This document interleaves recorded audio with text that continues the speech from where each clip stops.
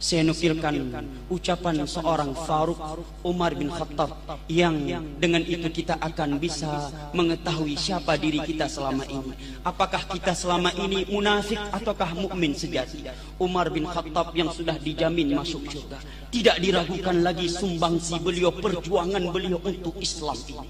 Beliau menyatakan launana mudadin fis sama ayuhan nas kullukum dakhiluna al-jannata illa rajulan wahidan la khiftu an akuna ana huwa.